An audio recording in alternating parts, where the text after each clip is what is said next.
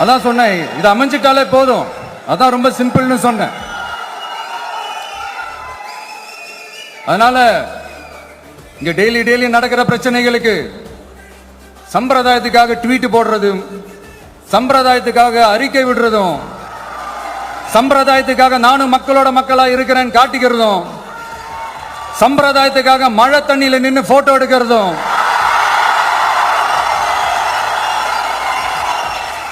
எனக்கு அதுல கொஞ்சம் கூட உடன்பாடே இல்லை. பட் என்ன பண்றது, நம்மளும் சம்பிரதாயத்துக்காக சில நேரத்தில் அந்த மாதிரி செய்ய வேண்டியதா போயிடுது.